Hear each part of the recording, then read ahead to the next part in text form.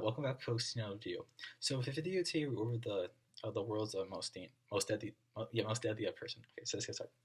So, if a person wants to imagine who was the world's most deadly person, I would expect they would choose maybe like Adolf Hitler, Joseph Stalin, like Pol Pot, or something like that. But no, it's not anyone like that. And his name, no, but it's actually Gavrilo Princip, and you may know who he is as he was the assassin of Archduke Franz Ferdinand, which just started World War One. Now, if you didn't know, World War Two was actually the world's World War Two is the world's most deadly conflict.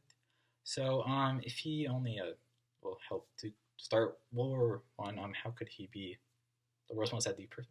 Most dangerous person.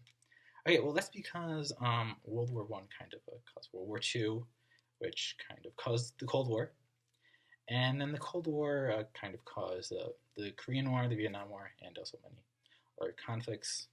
And also, he also kind of started the war on terror. But yeah. So okay. So he is Gavrilo Princip is responsible for the 8,645,800 to 21 million deaths during World War One, the 15,843,000 to 85 million deaths during World War Two, the 1,200,000 plus deaths during the Korean War, the 800,000 to the 3,800,000 deaths during the Vietnam War, the 60,000 to 2 million deaths during the Soviet Union's invasion of Afghanistan, and the deaths caused by any other Cold War conflict in the 272,000 to 1,260,000 deaths during the war on terror.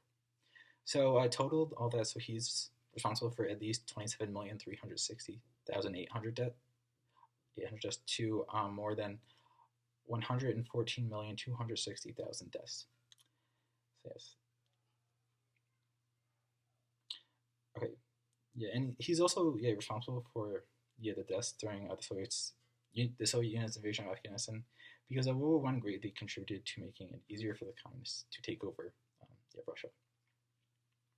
So if there's no World War One, the communists taking over Russia would at least be delayed by a few years, which would change Russia's history. I see. So they wouldn't invade Russia. Not they wouldn't invade Afghanistan. Okay. So yeah, and he's also responsible for the deaths during the war on terror, because of the Afghans who fought against the Soviet Union during the invasion of the country. Some of them later created Al Qaeda, which also later led to ISIS. Okay. Okay, so that's it for today's video. Okay, yeah. So bye.